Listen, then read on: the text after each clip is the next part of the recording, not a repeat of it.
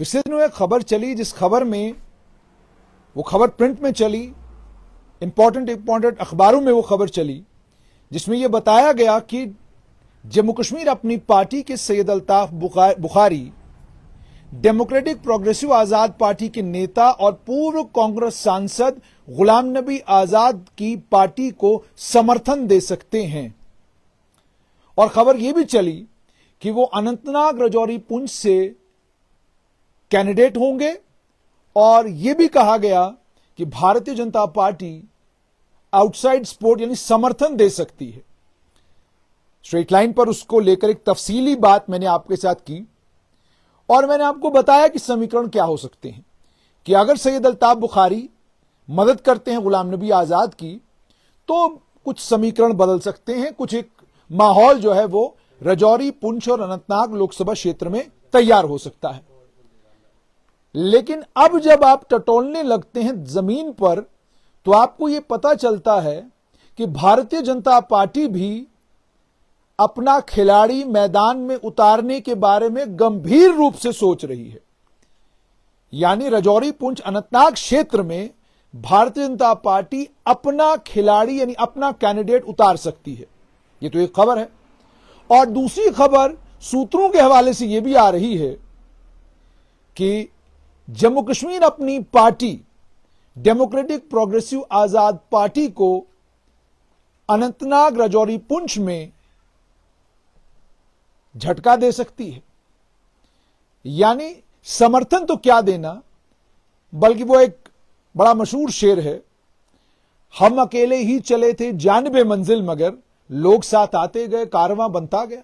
लेकिन यह कहानी कुछ और है कि ये अकेले जानिबे मंजिल चल रहे हैं और जम्मू कश्मीर अपनी पार्टी के एक वरिष्ठ नेता ने यह कहा कि हम मंजिल की जानिब अगर अकेले चले हैं तो हम अकेले ही आगे बढ़ेंगे।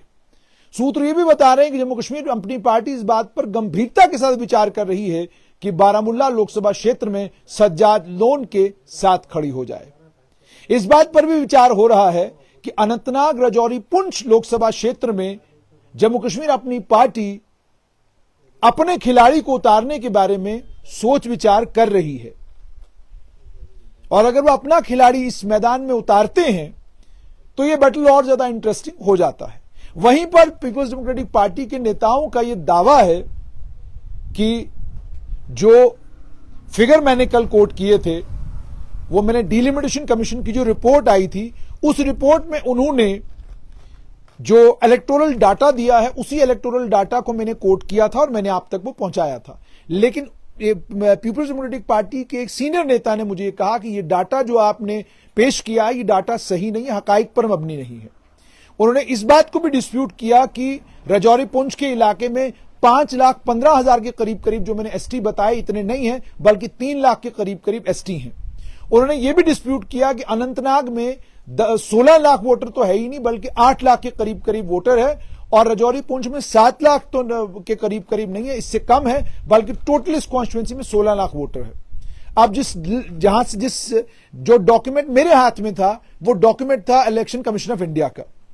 अब जो डॉक्यूमेंट इनके पास है, इनके मुताबिक है कि वो इलेक्टोरल ऑफिसर जो है, उसने जो डाटा तैयार किया है, टोटल नंबर ऑफ इलेक्टर्स, जितने वोटर हैं, वो वोटर डाटा हम आपको बता रहे हैं। जाहिर सी बात है, जो बताया मुझे गया है उस पर भी मैं गंभीरता के साथ सोच विचार करूंगा और उस डाटा को भी मैं खंगालूंगा और आपके साथ जरूर शेयर करूंगा। लेकिन पीडीपी का यह दावा है कि अगर यहां से महबूबा मुफ्ती खड़ी होती हैं तो उनकी जीत निश्चित है।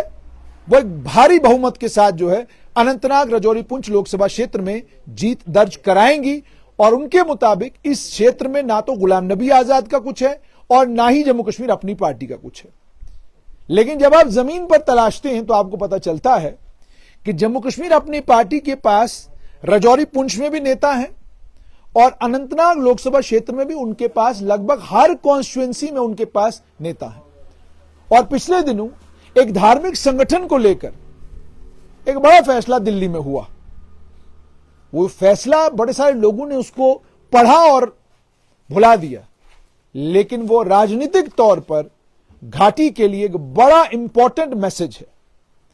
और अगर वो एक मैसेज है तो फिर राजनीतिक समीकरण क्या होंगे वो तो जिस समय चुनाव होगा उस समय पता चलेगा, लेकिन बन कुछ खिचड़ी तो पक रही है, ये बात तो पक्की है। लेकिन अब फिलहाल खबर यही कि जम्मू कश्मीर अपनी पार्टी राजौरी, पुंछ और अनंतनाग लोकसभा क्षेत्र से अपना खिलाड़ी उतारने को लेकर गंभीरता के साथ सोच विचार कर रही है। बारामुल्ला में सज्जाद गनी लोन को समर्थन जम्मू कश्मीर अपनी पार्टी दे सकती है और श्रीनगर लोकसभा क्षेत्र में जम्मू कश्मीर अपनी पार्टी खुद मैदान में उतरकर बैटिंग कर सकती है। ये इस समय की परिस्थितियां हैं अनंतनाग, राजौरी, पुंछ लोकसभा क्षेत्र की। अब आगे थोड़ा सा बढ़ते हैं। जम्मू कश्मीर नेशनल कॉन्फ्रेंस को लेकर बार बार मैंने आपको रिट्रेट करके ये कहा कि मियां अल्ताफ, जो गुजर बकरवाल समुदाय के एक बड़े लीडर और साथ में एक धार्मिक धर्मगुरु भी हैं, उनको लेकर मैंने आपको ये बात बताई थी कि संभवतः वो चुनावी मैदान में उतर सकते हैं राजौरी, पुंछ और अनंतनाग लोकसभा क्षेत्र से। अब खबरें ये आ रही हैं कि उसमें भी असमंजस है। अभी कोई क्लैरिटी नहीं है कि क्या मियां अल्ताफ वाकई चुनावी मैदान में उतरेंगे या नहीं उतरेंगे। पार्टी की तरफ से दबाव जबरदस्त है, लेकिन अभी मियां अल्ताफ ने कोई फैसला नहीं लिया है। और अगर मान लीजिए मियां अल्ताफ चुनावी मैदान में नहीं उतरते हैं और पहाड़ी कबीला के लोग जो गुलाम नबी आजाद को लेकर ये बात अपने फेसबुक, ट्विटर हैंडल्स पर कह रहे हैं कि अगर ये आपके प्रत्याशी होंगे तो फिर हमें भी आजाद समझिए, तो इसका मतलब यह है कि गुलाम नबी आजाद को लेकर जो राजौरी, पुंछ में हवा बनाने की कोशिश जम्मू कश्मीर जो डेमोक्रेटिक प्रोग्रेसिव आजाद पार्टी ने थर्ड फ्रंट की बात करके की थी, ऐसा लगता है कि जमीन पर ऐसी कोई चीज नहीं हो रही है। जमीनी हकीकत आज के दिन भी यह है कि जम्मू कश्मीर अपनी पार्टी आधिकारिक तौर पर किसी भी थर्ड फ्रंट का हिस्सा जम्मू कश्मीर में नहीं है। वो किसी पार्टी को राजौरी, पुंछ या अनंतनाग में समर्थन देंगे, इस पर अभी असमंजस की स्थिति है। उनके नेता ने कुछ ऐसा नहीं कहा है। वो अपना खिलाड़ी मैदान में उतार सकते हैं, इसकी संभावनाएं हैं। मतलब ये कि है तो 5 सीटों का खेल, मगर बड़ा इंटरेस्टिंग। आज डोडा उधमपुर लोकसभा क्षेत्र में मैं हूं और यहां माहौल बड़ा रंगीन हो चुका है, यहां माहौल बड़ा जबरदस्त हो चुका है। आज भारतीय जनता पार्टी की मैंने देखा कि सड़क में डोडा से इस तरफ आ रहा था तो हर जगह मैंने देखा कि लोग खड़े हैं और डॉक्टर जितेंद्र सिंह कहीं जा रहे थे तो उनका बड़ा स्वागत हो रहा है। तो इधर माहौल तैयार हो चुका है। चौधरी लाल सिंह भी अब दौरा करेंगे इस इलाके का। इसी तरीके से जम्मू लोकसभा क्षेत्र पर भी रमन भल्ला और जुगल किशोर की टक्कर तय हो गई है। यहां पर चौधरी लाल सिंह और डॉक्टर जितेंद्र सिंह की टक्कर तय हो गई है। अब देखिए कितना इंटरेस्टिंग है कि चुनाव होना है 543 सीटों के ऊपर, लेकिन सारी दुनिया की दिलचस्पी 5 सीटों पर है और हम पत्रकारों की दिलचस्पी ऐसा लगता है केवल 3 सीटों पर है कि बारामुल्ला, श्रीनगर और राजौरी, पुंछ, अनंतनाग सीट पर कौन लड़ेगा। और सबसे इंपॉर्टेंट है राजौरी, पुंछ, अनंतनाग सीट।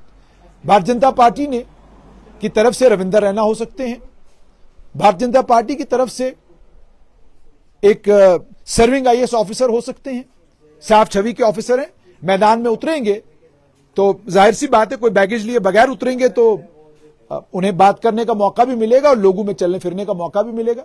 और बीजेपी के लिए भी एक्सपीरियंस होगा कि जो आरोप बीजेपी के ऊपर बार बार ये लगता है कि 543 सीटों पर जब मैंडेट देगी बीजेपी 400 कंटेस्ट करे, 450 कॉन्टेस्ट करे, उसमें एक भी मुस्लिम प्रत्याशी नहीं है। वो जो आरोप बीजेपी पर लगता है उस आरोप का जवाब बीजेपी राजौरी, पुंछ और अनंतनाग क्षेत्र में दे सकती है अगर वहां से वो किसी एक मुस्लिम चेहरे को उतारते हैं और चुनाव लड़वाते हैं। और यह भी है कि आप जानते हैं कि राजौरी, पुंछ और अनंतनाग का ये जो लोकसभा क्षेत्र है इसमें 90% से ज्यादा वोटर जो है वो एक समुदाय का वोटर है। तो ये इस समय परिस्थितियां हैं। खबर यही कि गुलाम नबी आजाद को लेकर जो खबर आई थी कि जम्मू कश्मीर अपनी पार्टी उनका समर्थन कर सकती है और बीजेपी अपना वहां से प्रत्याशी खड़ा नहीं करेगी, उसको जब मैंने टटोला तो पता चला कि अभी ये इन्फेंसी में आइडिया है। ये आइडिया अभी आगे बढ़ा नहीं है और किसी ने भी अभी तक गुलाम नबी आजाद को समर्थन देने की आधिकारिक तौर पर कोई बात नहीं की है। मैंने जम्मू कश्मीर अपनी पार्टी के एक नेता से बात की, मैंने कहा जी मुलाकातें तो आपकी हो रही हैं, तो उन्होंने जवाब दिया, कहा जी हम नेता हैं, हम राजनीति में हैं, तो हमारी तो मुलाकातें सबसे होती हैं, हम तो चलते फिरते कहीं डॉक्टर फारूक अब्दुल्ला से भी मिल लेते हैं, उमर अब्दुल्ला से भी मुलाकात हो जाती है, तो फिर क्या अलायंस होगा? और हम तो महबूबा मुफ्ती के साथ लंबे समय तक काम करते रहे हैं, आज अगर वो हमसे बात करती हैं तो उसका मतलब थोड़ी है कि हमारा अलायंस होगा। जो जातीय रिश्ते हैं वो तो हैं, लेकिन राजनीतिक रिश्तों का जहां तक ताल्लुक है, जम्मू कश्मीर अपनी पार्टी अकेले चलेगी, पार्टी के लीडरों का मत है। देखना यह होगा कि जब बीजेपी राजौरी, पुंछ, अनंतनाग क्षेत्र से अपना कैंडिडेट डिक्लेयर करती है, उसके बाद अलग अलग राजनेताओं के रिएक्शन देखने बड़ा इंटरेस्टिंग होगा। अब देखते हैं कि राजौरी, पुंछ में जम्मू कश्मीर अपनी पार्टी क्या करती है। क्या नेशनल कॉन्फ्रेंस मियां अल्ताफ को उतारने में कामयाब होगी? क्या बीजेपी कोई सरप्राइज देगी? क्या पीडीपी महबूबा मुफ्ती को मैदान में उतारेगी और इंडिया अलायंस से बाहर जाकर चुनाव लड़ेगी? और कांग्रेस इस सारे में कहां पर है? कांग्रेस ने 2 जगहों पर तो प्रत्याशी खड़े किए हैं, लेकिन अभी राजौरी, पुंछ और अनंतनाग लोकसभा क्षेत्र में कांग्रेस मुकम्मल तौर पर खामोश है। नए जितनी भी घटनाएं होंगी, घटनाक्रम होंगे, जो कुछ भी परिवर्तित होगा, आप तक स्ट्रेट लाइन के जरिए पहुंचाते रहेंगे।